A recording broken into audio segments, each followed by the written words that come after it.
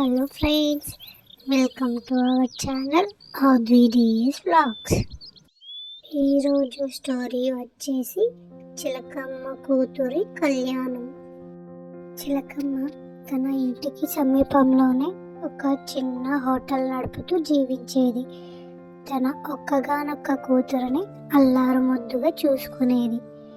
తన కూతురు వయసుకు రావడంతో పెళ్లి చేయాలి అని నిర్ణయించుకుంటుంది.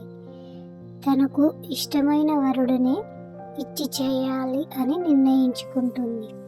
తన కూతురు స్వయంవరం కోసం ఏర్పాట్లు చేసి దగ్గరలో ఉన్న పెళ్లి కుమారులను ఆహ్వానించేందుకు వెళ్ళింది. దారిలో వెళ్తున్న చిలకమ్మకు గుడిసెపైకి ఎక్కి కూర్చున్న కోడిపుంజు కనిపించింది.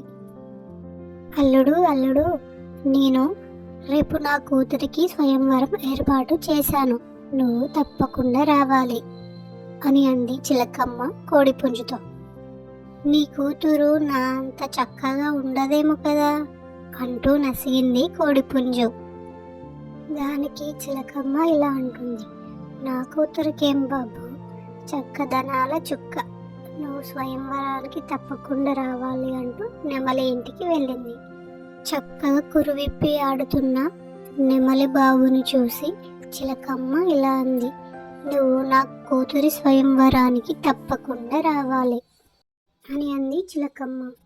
నా అంత అందగాడికి నీ కూతురా అంటూ చిర్రుబుర్రులాడింది నెమలి. నా కూతురు కూడా నీ అందానికి ఏం తీసిపోదులే అంటూ పావురాయి ఇంటికి వెళ్ళింది చిలకమ్మ. పావురాయి పావురాయి, నువ్వు నా చిలకమ్మ కూతురు స్వయంవరానికి తప్పకుండా రావాలి అంటూ ఆహ్వానించింది. పావురాయి కూడా కోడిపుంజు నెమలి బాబులాగానే చిర్రుబుర్రులాడింది. చిలకమ్మ ఎలాగోలా సర్ది చెప్పి ఆహ్వానించింది. చిలుక, పిచ్చుకను, కొంగను, ఇంకొంతమంది పెళ్లి కుమారులను ఆహ్వానించింది. తర్వాత రోజు ఒక మామిడి తోటలో చిలకమ్మ కూతురి స్వయంవరం ఏర్పాటు చేశారు. ఈ స్వయంవరానికి అతిలోక సుందరులు అందరూ టీప్ టాప్గా రెడీ అయి వచ్చారు. మామిడి తోట అంతా సందడి సందడిగా ఉంది. తన కూతురు శుభకార్యంలో హడావిడిగా ఉన్న చిలకమ్మ అటు ఇటు తిరుగుతూ ఒక కొమ్మ పైన వాలిన గోరింక బాబును చూసింది. చిలకమ్మను చూడగానే, నన్ను స్వయంవరానికి పిలవకపోయినా వచ్చేశానత్తా అంటూ అన్నాడు గోరింక బాబు. వస్తే వచ్చావు గాని ఎవరికీ కనపడకుండా ఒక మూలకు వెళ్ళి కూర్చోపో అంటూ అంది చిలకమ్మ చిరుబురులాడుతూ. సరే అత్తా అంటూ వెళ్ళి ఓ చివర్లో కూర్చున్నాడు గోరింక బాబు. చిలకమ్మ తన కూతుర్ని పెళ్లి కూతురుగా ముస్తాబు చేసి వేదిక వద్దకు తీసుకొచ్చింది. చిలకమ్మ కూతురు ముక్కుతో మాలను పట్టుకొని పెళ్లి కొడుకుల వైపు నడిచింది. చిలకమ్మ ముందుగా కోడిపుంజు, నెమలి, పావురాయి, పిచ్చుకను దాటుకుంటూ ముందుకు వెళ్ళిపోయింది.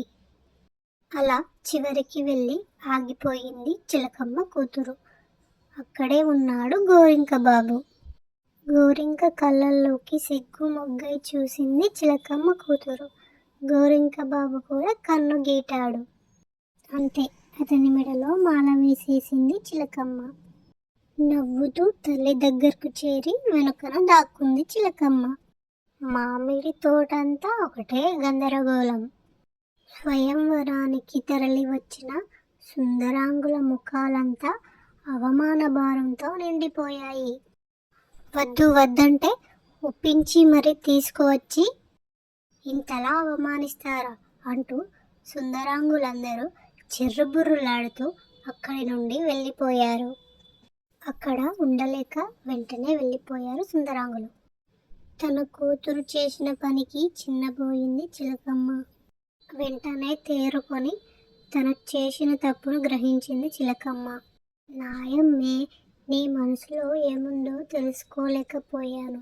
ఈ విషయం నాకు ముందే చెప్పి ఉంటే ఆ పొగరుబోతుల దగ్గరికి వెళ్ళి బ్రతిమలాడే అగత్యం నాకు ఉండేది కాదు కదా అంటూ సంతోషంగా కూతురిని ముద్దాడుతూ గోరింక బాబుకు తన కూతురు చిలకమ్మను ఇచ్చి వివాహం జరిపించి ఆశీర్వాదించింది. ఈ స్టోరీ మీకు నచ్చినట్టయితే లైక్ చేయండి, షేర్ చేయండి, సబ్స్క్రైబ్ చేసుకోండి.